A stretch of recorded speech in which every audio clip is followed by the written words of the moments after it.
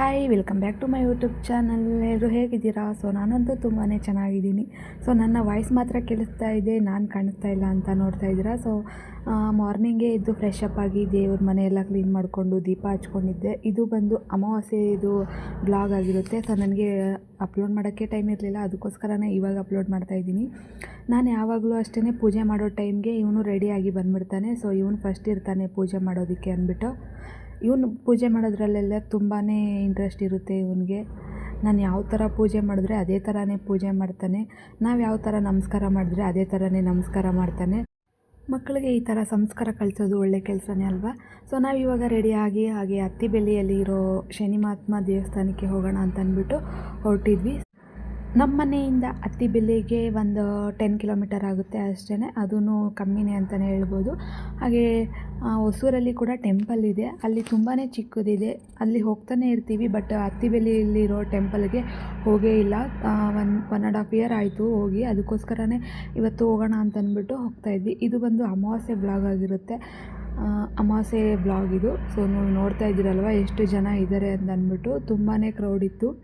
ಹಾಗೆ ಇಲ್ಲಿ ನೋಡ್ತಾ ಇದ್ದೀರಲ್ವ ಆಂಜನೇಯ ಟೆಂಪಲ್ಲು. ಇಲ್ಲಿ 3 ದೇವಸ್ಥಾನ ಇದೆ, ಅಂದರೆ ಒಂದೇ ಇದರಲ್ಲೇ 3 ದೇವರಿದೆ. ಯಾವ್ಯಾವ ದೇವರು ಅಂತ ಹೇಳ್ತಾ ಹೋಗ್ತೀನಿ, ವಿಡಿಯೋ ನೋಡ್ತಾ ಹೋಗಿ. ಹಾಗೆ ವಿಡಿಯೋ ಇಷ್ಟ ಆದರೆ ಲೈಕ್ ಮಾಡಿ. ಇಲ್ಲಿ ಅಂಗಡಿ ಇಟ್ಟಿರೋರಿಗೆ ಇದು ಅಮಾವಾಸ್ಯೆ ದಿನ ಅಂತ ಗೊತ್ತೇ ಇರಲಿಲ್ವಂತೆ. ಅವರು ಡಿಸ್ಟಿ ಕಟ್ತಾರಲ್ವ ಎಳ್ಳುದು ಬತ್ತಿ, ಅದನ್ನು ತುಂಬಾ ಕಮ್ಮಿ ಕಟ್ಟಿದ್ರು. ಅಲ್ಲಿ ಬರೋವ್ರಿಗೆಲ್ಲನೂ ಅವ್ರಿಗೆ ಕೊಟ್ಬಿಡ್ತಾಯಿದ್ರು, ನೀವೇ ಕಟ್ಕೊಂಡು ದುಡ್ಡು ಕೊಟ್ಟು ಹೋಗಿ ಅಂತಂದ್ಬಿಟ್ಟು. ಐಟಮ್ ಎಲ್ಲ ಕೊಡ್ತಾಯಿದ್ರು, ನಾವೇ ಕಟ್ಕೋಬೇಕಾಗಿತ್ತು. ಹಾಗಾಗಿ ತುಂಬಾ ಲೇಟ್ ಆಯಿತು. ನಾನು ಎಲ್ಲ ಕಟ್ಕೊಂಡು ತೊಗೊಬಂದು ಡಿಸ್ಟಿ ತೆಗೆದು ಹಾಕಿ, ಹಾಗೆಯೇ ಶನಿಮಹಾತ್ಮ ಟೆಂಪಲ್ನ ದರ್ಶನ ಮಾಡಿಕೊಂಡು ಪಕ್ಕದಲ್ಲಿರೋ ಟೆಂಪಲ್ಗೆ ಬಂದ್ವಿ. ಇದು ನೋಡ್ತಾ ಇದ್ದೀರಲ್ವ, ಇದು ರಾಜರಾಜೇಶ್ವರಿ ಅಮ್ಮನ ಟೆಂಪಲ್ಲು. ನಾನು ಬಂದು ತುಂಬ ದಿನ ಆಗಿತ್ತು, ಅಂದರೆ 1.5 ಇಯರ್ ಆಗಿತ್ತು ಆಲ್ಮೋಸ್ಟು. ಎಲ್ಲ ಮರ್ತೋಗ್ಬಿಟ್ಟಿದೆ ಯಾವ್ಯಾವ ಟೆಂಪಲ್ ಇದೆ ಅಂತ ಅಂದ್ಬಿಟ್ಟು. ಪಕ್ಕದಲ್ಲಿ ಶನಿಮಹಾತ್ಮ ಇದೆ ಅಂತ ಗೊತ್ತಿತ್ತು ಅಷ್ಟೇ, ಬಟ್ ಪಕ್ಕದಲ್ಲಿ ಇದು ಟೆಂಪಲ್ ಎಲ್ಲ ಮರ್ತೋಗ್ಬಿಟ್ಟಿದ್ದೆ. ಹಾಗೆಯೇ ದರ್ಶನ ಮಾಡಿಕೊಂಡು ಸ್ವಲ್ಪ ಹೊತ್ತು ಕೂತ್ಕೊಂಡಿದ್ದೆ. ಪಕ್ಕದಲ್ಲಿ ಹೋಗ್ಬೇಕಾದ್ರೆ ಇನ್ನೊಂದು ಆಂಜನೇಯ ಟೆಂಪಲ್ ಇತ್ತು. ಆ ಆಂಜನೇಯ ಟೆಂಪಲಲ್ಲಿ ಇನ್ನೊಂದು ದೇವರು ಕಟ್ಟಿಬಿಟ್ಟಿದ್ರು. ಅದನ್ನು ಕೂಡ ರಾಯರ ದರ್ಶನ ಆಗಿತ್ತು. ನನಗೆ ತುಂಬಾ ಖುಷಿ ಆಯಿತು ರಾಯರ ದರ್ಶನ ಆಗಿ. ನನ್ನ ಹಸ್ಬೆಂಡ್ಗೆ ಕೇಳ್ತಾನೆ ಇದ್ದೆ, ಇಲ್ಲೆಲ್ಲೂ ಹತ್ರದಲ್ಲಿ ರಾಯರ ಟೆಂಪಲ್ ಇಲ್ವಾ ಅಂತ. ಅವರು ಎಲ್ಲೂ ಇಲ್ಲ ಅಂತ ಹೇಳ್ತಾಯಿದ್ರು, ಬಟ್ ಮೋಸ್ಟ್ಲಿ ಅವ್ರಿಗೂ ಗೊತ್ತಿರಲಿಲ್ಲ ಅನಿಸುತ್ತೆ. ಇಲ್ಲಿ ಬಂದಮೇಲೆ ಅವರು ನೋಡಿದ್ಮೇಲೆ ಹೇಳಿದ್ರು, ಇದು ಇದೆ ಅಂತ ನನಗೂ ಗೊತ್ತಿರಲಿಲ್ಲ, ಹೊಸ್ದಾಗೇ ಕಟ್ಟಿದ್ದಾರೆ ಇದೂ ಅಂತ ಅಂದ್ಬಿಟ್ಟು. ಹಾಗಾಗಿ ನಮಗೆ ಇನ್ಮೇಲೆ ಹೋಗಬೇಕು ಅಂತ ತುಂಬಾ ಖುಷಿ ಆಯಿತು. ಯಾಕಂದರೆ ರಾಯರ ದರ್ಶನ ಮಾಡಿದ್ಮೇಲೆ ತುಂಬ ಖುಷಿ ಆಯಿತು. ಅಂದ್ಕೊಂಡಿರಲಿಲ್ಲ ರಾಯರ ದರ್ಶನ ಮಾಡ್ತೀವಿ ಅಂತ ಅಂದ್ಬಿಟ್ಟು. ಹೇಳ್ತಾರಲ್ವ, ಅದಕ್ಕೂ ಯೋಗ ಇರಬೇಕು, ರಾಯರು ಯಾವಾಗ ದರ್ಶನ ಕೊಡ್ತಾರೆ ಅಂತ. ಹಾಗಾಗಿ ಇವತ್ತು ರಾಯರ ದರ್ಶನ ಆಯಿತು, ತುಂಬಾ ಖುಷಿ ಆಯಿತು. ಹಾಗೆ ಇಲ್ಲಿ ನೋಡ್ತಾ ಇರ್ಬೋದು ನೀವು ಗಣೇಶನ ವಿಗ್ರಹ ಎಷ್ಟು ಚೆನ್ನಾಗಿದೆ ಅಂತ ಅಂದ್ಬಿಟ್ಟು. ಮತ್ತು ನಾವು ಆಂಜನೇಯನ ದರ್ಶನ ಮಾಡ್ಕೊಂಡ್ವಿ. ಇಲ್ಲಿ ದರ್ಶನ ಎಷ್ಟು ಚೆನ್ನಾಗಾಯಿತು ಅಂದರೆ ತುಂಬಾ ಚೆನ್ನಾಗಾಯಿತು ದರ್ಶನ ಅಂತೂ. ತುಂಬ ಕ್ರೌಡ್, ನಾವು ಬಂದಾದಮೇಲೆ ನೆಕ್ಸ್ಟ್ ಕ್ರೌಡ್ ಆಗ್ತಾಯಿತ್ತು. ತುಂಬ ಅಂದರೆ ತುಂಬ ಜನ ಬರ್ತಾನೆ ಇದ್ದರು. ಅಮಾವಾಸ್ಯೆ ದಿನ ಆಗಿರೋದ್ರಿಂದ ತುಂಬ ಜನ ಬರ್ತಾಯಿದ್ರು. ನಾವು ಸ್ವಲ್ಪ ಬೇಗನೆ ಹೋದ್ವಿ.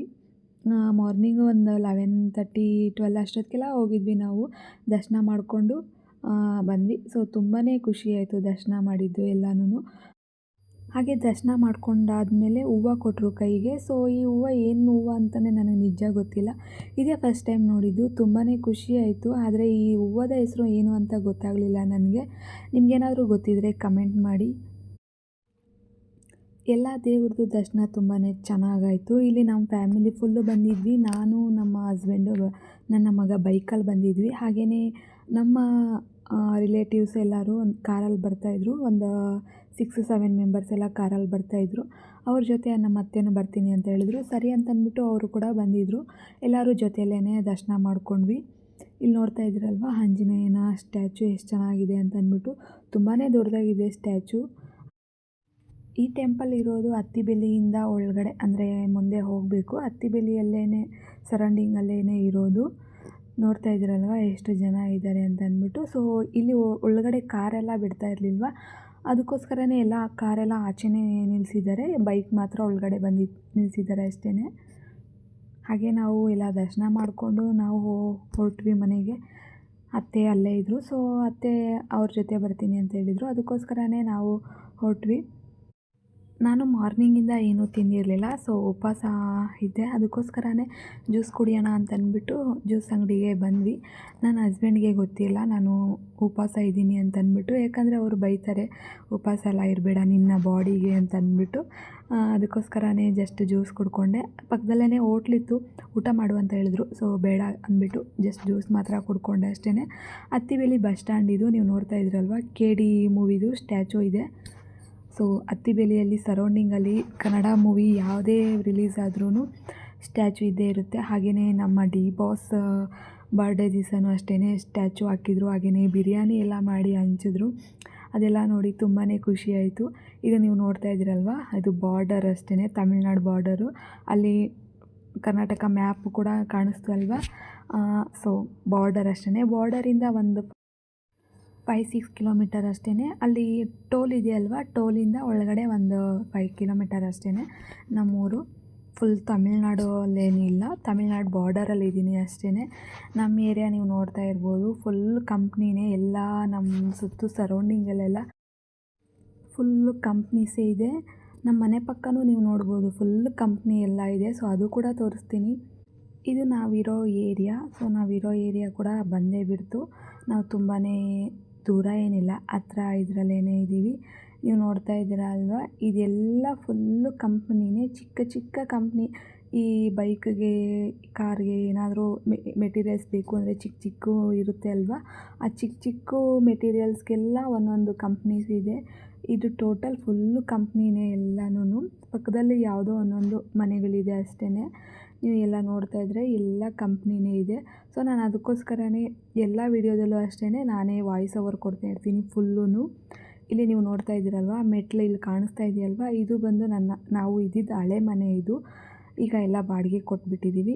ಇವಾಗ ಇಲ್ಲಿ ಕಾಣಿಸ್ತಾ ಇದೆಯಲ್ವ, ಇದು ನಮ್ಮ ಹೊಸ ಮನೆ. ಹಾಗೆ ಇಲ್ಲಿ ಲಾಕ್ ಕಾಣಿಸ್ತಾ ಇದೆಯಲ್ವ, ಇದು ನಮ್ಮ ಅಂಗಡಿ.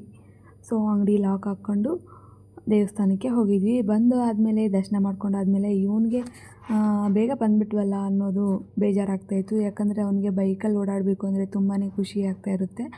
ನಾವು ಬೇಗ ಬಂದುಬಿಟ್ವಿ ಅಂತ ನೋಡ್ತಾ ಇದ್ದಾನೆ. ನಾನಿವಾಗ ಕಂಪ್ನಿ ತೋರಿಸ್ತೀನಿ ನೋಡಿ. ಅಲ್ಲಿ ಸ್ಟಾರ್ಟಿಂಗ್ ಟರ್ನಿಂಗಲ್ಲಿ ತೋರಿಸ್ದೆ ಅಲ್ವಾ ಕಂಪ್ನಿ, ಅದೇ ಕಂಪ್ನಿನೇ ಇದೂ. ಅಷ್ಟು ದೊಡ್ಡದಾಗಿದೆ ಅಷ್ಟೇ ಕಂಪ್ನಿ. ಇದು ಫುಲ್ಲು ದೊಡ್ಡದಾಗಿದೆ. ಅಲ್ಲಿ ಕಾಣಿಸ್ತಾ ಇದೆ ಅಲ್ವಾ, ಬ್ರೂ ಬ್ರ್ಯಾಂಡ್ ಕಂಪನಿ ಫ್ಯಾಕ್ಟ್ರಿ ಅದು. ಹಾಗೆ ಸುತ್ತು ನೋಡಿದ್ರಲ್ವ, ಫುಲ್ಲು ಕಂಪ್ನಿನೇ ಇದೆ. ಇದೆಲ್ಲ ನೋಡಿಕೊಂಡು ಮತ್ತೆ ನಾನು ಸಂಜೆ ದೀಪ ಹಚ್ಕೊಂಡಿದ್ದೆ. ಇದು ನವಗ್ರಹದ ದೀಪ. ಇದನ್ನು ನಾನು ಯಾವ ಥರ ಹಚ್ಕೊಂಡೆ ಅಂತ ಅಂದ್ಬಿಟ್ಟು ನೆಕ್ಸ್ಟ್ ವೀಡಿಯೋದಲ್ಲಿ ನಾನು ಹೇಳ್ತಾ ಹೋಗ್ತೀನಿ. ಏನಾದರೂ ಇಂಟ್ರೆಸ್ಟ್ ಇದ್ದರೆ ಕೇಳಿ, ಇಲ್ಲಾಂದರೆ ಬಿಡಿ. ನಾನು ಏನೇನು ಮಾಡಿದೆ ಪ್ರೊಸೀಜರು ಅಂತಂದ್ಬಿಟ್ಟು ಇಂಟ್ರೆಸ್ಟ್ ಇದ್ದರೆ ಕಮೆಂಟ್ ಮಾಡಿ, ಓಕೆನಾ. ನಾನು ಇದು ಮನೆಯಲ್ಲಿ ಒಳ್ಳೆಯದಾಗಲಿ ಅನ್ನೋದಕ್ಕೋಸ್ಕರ ದೀಪ ಹಚ್ಕೊಂಡಿದ್ದೆ. ಮನೆಗೆ ದೀಪ ಹಚ್ಕೊಂಡು ಹಾಗೆಯೇ ಊರಲ್ಲೇ ಒಂದು ಆಂಜನೇಯನ ಟೆಂಪಲ್ ಇತ್ತು, ಅಲ್ಲಿ ಕೂಡ ದರ್ಶನ ಮಾಡ್ಕೊಂಬರೋಣ ಅಂತಂದ್ಬಿಟ್ಟು ಹೊರಟ್ವಿ. ಇದು ಬಂದು ಸಂಜೆ ಒಂದು 7-7:30 ಆಗಿತ್ತು.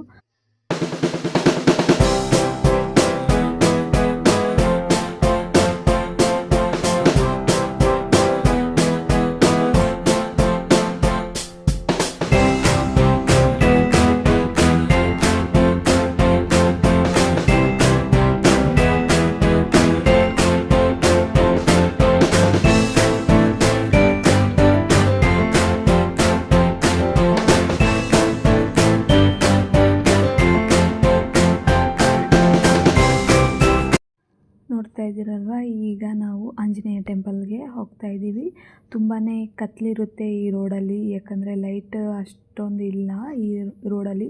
ಹಾಗೆಯೇ ಇಲ್ಲಿ ಹಾವುಗಳು ಅಷ್ಟೇ ತುಂಬಾ ಇರುತ್ತೆ. ಅದಕ್ಕೋಸ್ಕರನೇ ನಾವು ಇಷ್ಟೊತ್ತಿನಲ್ಲೆಲ್ಲ ನಡ್ಕೊಬರಲ್ಲ, ಬೈಕಲ್ಲೇ ಬರೋದು. ತುಂಬ ನೋಡಿ ನೀವು ಯಾವ ಥರ ಇದೆ ಅಂತಂದ್ಬಿಟ್ಟು ಇಲ್ಲಿ ನೋಡ್ತಾ ಇದ್ದೀರಲ್ವ. ಈ ಥರ ಇರೋದ್ರಲ್ಲಿ ಮಕ್ಕಳನ್ನ ಕರ್ಕೊಬರೋದಕ್ಕೆ ತುಂಬಾ ಭಯ ಆಗುತ್ತೆ. ಅದಕ್ಕೋಸ್ಕರನೇ ನಾವು ಬೈಕಲ್ಲೇ ಆಲ್ಮೋಸ್ಟು ಓಡಾಡ್ತೀವಿ. ನೈಟ್ ಹೊತ್ತೆಲ್ಲನೂ ನಡ್ಕೊಂಡೆಲ್ಲ ಬರೋಕ್ಕೆ ಹೋಗಲ್ಲ.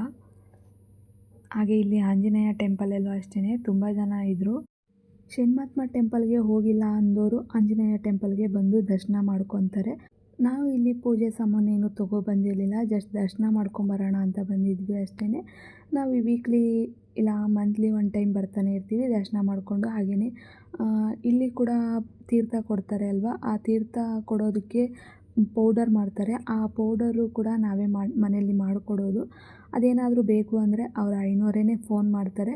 ಇಲ್ಲಾಂದರೆ ನಾವು ಬಂದಾಗ ಹೇಳ್ತಾರೆ, ಅದು ಪೌಡರ್ ಖಾಲಿಯಾಗಿದೆ ಮಾಡ್ಕೊಬನ್ನಿ ಅಂತ ಹೇಳ್ತಾರೆ. ಅದಕ್ಕೋಸ್ಕರನೇ ನಾವೇ ಹೋಗ್ತಾನೆ ಇರ್ತೀವಿ. ಯಾಕಂದರೆ ಪೌಡರ್ ಇದೆಯಾ ಇಲ್ವಾ ನಾವೇ ಕೇಳ್ಕೊಳ್ಳೋಣ. ಒಂದೊಂದು ಟೈಮ್ ಮರ್ತೋಗ್ತಾರೆ ಅವರು ಕೂಡ. ಈ ಬ್ಯುಸಿ ಇದರಲ್ಲಿ ಕಾಲ್ ಮಾಡೋದು ಕೂಡ ಮರ್ತೋಗ್ತಾರೆ. ನಾವು ಹೋಗ್ತಾ ಇದ್ದರೆ ಹೇಳೋದಕ್ಕೆ ಅವ್ರಿಗೂ ಈಸಿ ಆಗುತ್ತೆ ಅಲ್ವಾ. ಅದಕ್ಕೋಸ್ಕರನೇ ಆವಾಗವಾಗ ಹೋಗಿ ದರ್ಶನ ಮಾಡ್ಕೊತಾ ಇರ್ತೀವಿ. ಆ ಪೌಡರ್ ಮಾಡಿಕೊಡೋದ್ರಿಂದ ನಮಗೇನು ತೊಂದರೆ ಇಲ್ಲ. ಅಂದರೆ ಅದರಿಂದ ಏನು ಘಾಸಿ ಏನೂ ಇಲ್ಲ, ಒಳ್ಳೆಯದೇ ಅಲ್ವಾ.